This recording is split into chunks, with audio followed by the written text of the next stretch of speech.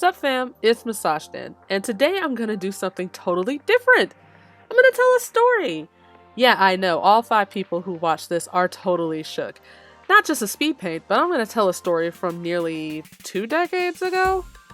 Oh my god, you lucky few who get a tale about little Musashden's formative years. Isn't it so trendy to make yourself out to be some kind of underdog hero from high school? Nah, screw that. I'm gonna tell you about the crimes that I got away with when I was in middle school. They're mostly assault, and it doesn't help that I was and still am completely unapologetic about these events because I went to school with a bunch of sociopaths, and I was just trying to fit in. Unfortunately for me, I liked anime, and back in 1999, anime was not cool, especially amongst black people. Like, I don't know what the hell clicked recently, but I noticed that a shit ton of black men and women just love anime now and are out loud and proud about it. And I'm like, where the hell were you people when I was in middle school? Getting the crap kicked out of me for having a Goku book bag. Whatever, fine, fuck it. I'll accept the notion that I paved the way for it to be acceptable for black kids to like anime. Kiss the ring, fuckos. I literally fought so you could dress like Naruto on your damn album cover and not get called a weirdo. I digress. Painting the picture of who I was in middle school, I was 5'4", with straight bangs, Skechers, a Dragon Ball Z t-shirt, and no tits or hips. Oh, and braces. Pretty much a typical teenager. Well, typical for TV by today's standards. I was an ugly duckling, like super ugly compared to the teenagers that are on Instagram now, looking like they're 30 damn years old. It should be noted that I am light-skinned black, specifically high yellow, and I am by no means the only high yellow kid in my school, but I was infamous because I talked super proper like I do now. This is not an act. My mother is a journalist, and she was a journalist major. If she heard me using slang, she'd disown me. She legit critiques the news for poor grammar and has said on many occasions that people who don't enunciate their words sound unintelligent.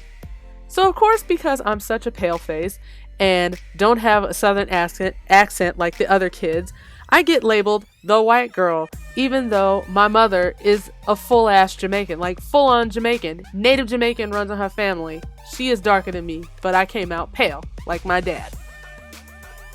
Okay, so kids can be cruel, hence this story. So yeah, I remember one little bitch in particular was always mean to me because her family was hood famous for making some kind of hair product that all the little black girls used, and her last name was on the bottle, so that meant that she was better than everyone. Except me and my crew that didn't use or care about her family's shitty hair care products. You ain't nobody. Like, shut up. We're only 2 girls who are still my best friends to this very day. Love y'all, but we posed a threat apparently to this girl because she was always mean to us. Anyway, in about 7th grade, I want to say, all the girls were walking back from some assembly or something, and it was one of those rare times that there wasn't a teacher with us because see previous where the school was full of sociopaths and built like a prison. Yeah, my middle school was legit built like a prison. There were no windows, and if there were windows, the windows were super narrow and super high up so you couldn't reach them. Anyway, one of the mean girl's friends asked me about something because, yeah, I don't know, because it's easily been 20 years, I can't remember if it was about my drawing folder or a character or something, or maybe the shirt I was wearing because I had Dragon Ball Z t-shirts back then and they weren't sold in stores, and she was probably like, well, what the hell is that? And I was telling her the entire history of whatever she had asked me about and I knew so much about, when the mean girl stops and the mean girl, the hood famous one, she stops everybody at the top of the stairs. See, she often did this. She'd stop at the top of the stairs, and she would spread her arms out, making sure everyone was behind her. She could make a grand descent in front of us lowly peons. Anyway, she does this, and I guess I wasn't giving her enough attention because I'm still telling her, one of her peons, about whatever they asked me about. So with a huff and a flip of her overly pressed weave, she looks at me, tiny outcast who is constantly teased over a complexion that I have no control over having, and says as loud as she can, "Nobody cares about that dumb shit, you ugly house nigga." And I promptly shoved her as hard as I could, and she fell all the way down the stairs. And I felt nothing as she lay at the bottom, fake crying about how mean I am. After I did that, I walked down the stairs and stepped right over her, further proving that she wasn't shit. If she was as bad as she claimed to be, she would have gotten up and kicked my ass, which she probably could have because I was smaller than her and I didn't have any muscle mass back then. But she didn't. And she also didn't try me ever again. Anytime she tried to get out of pocket on me, I just asked her if she enjoyed her trip and if she'd like to take another one. In fact, I use that on everyone who pissed me off because everybody knew what I did. I just never got in trouble for it because you couldn't prove that I did it. Needless to say, no one messed with me after that, but I didn't gain any popularity for it. Go fig, she was a bitch, but she had loyal peons, like, damn. For those of you who don't know what a house nigga is a derogatory, is as derogatory as it sounds. It's what darker skinned black people call the paler skinned black people to put them down for having lighter skin. See, light skin means you were allowed in the house during slavery days. In fact, if you had lighter skin back then, you were the slave master's secret child. Again, something you legit had no fucking control over, but were ostracized for from your own goddamn people. It happened then, it happened 20 years ago, and it still happens now. Stop that shit.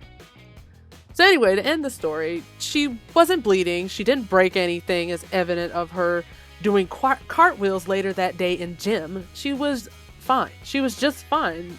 Like, she didn't even stop being a bitch to everyone, but she never walked in front of me on the stairs ever again, which was fine by me because her little stunt was annoying anyway.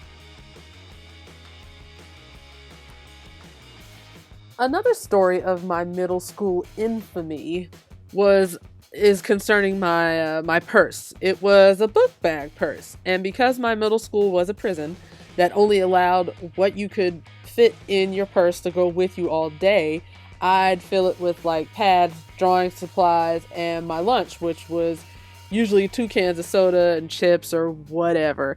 Yeah, because they also didn't have vending machines because the previous where it was a goddamn prison and they didn't want us to have anything nice. This particular day, I was comforting one of my friends because as moody 13-year-olds, sometimes trivial things happen, but it just ruined her entire day. And if she was in a bad mood, she wasn't going to listen to me about my latest Dragon Ball Z OC. So we were minding our business, as we often do, and some stupid boy came up and said something stupid, as they often do, and it made my friend even more upset. Again, it's been 20 years, so who remembers what made this day so crucial? But I said to myself, this fucko ain't gonna get away with popping off at the mouth and upsetting my BFF. Like, I take my half of the zigzag heart very seriously. I still have it to this day, and even back then, I was a ride or die for my BFF. So I promptly got up, grabbed my purse, and swung. It should be noted here that my pencil case back then was also metal, and I totally rocked this guy with 2 Coke cans in a metal pencil case wrapped in denim and covered in zippers. 1 can popped immediately, and that just enraged me more because our middle school was a prison and it didn't have vending machines. So I grab a chair and brandish it, and that successfully scares him away. So after this, whenever anyone tried me, I'd menacingly grip the straps of my book bag purse and like start twirling it like it's a damn Morning Star or whatever, and it would shut that shit down. So yes, I had the makings of a violent little psycho in middle school. I never got caught, and when I did, the teachers saw how little and pale I was and took pity on me, which is tragic. They believed me because I had lighter skin, but on some level, they probably knew all the shit I had to go through with the darker kids. Again, not my fault, I'm light, but I definitely took advantage of it in some situations. I have chilled out tremendously, like just greatly in my adult years. That's because, there are cameras everywhere and I could do like jail time for smacking people around and pushing them downstairs now. That's besides the point.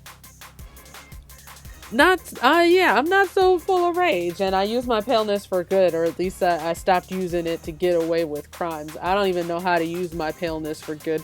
Like, if anybody has any suggestions on how I could use my pale face for good, like, leave it in the comments. I don't know. And that's pretty much it for the crimes I committed in middle school. And speaking of sociopaths with personality problems, this is what I was drawing. I was drawing Doppio, my favorite little split personality character from JoJo's Bizarre Adventure Part 5. See the full res of this in my DeviantArt gallery.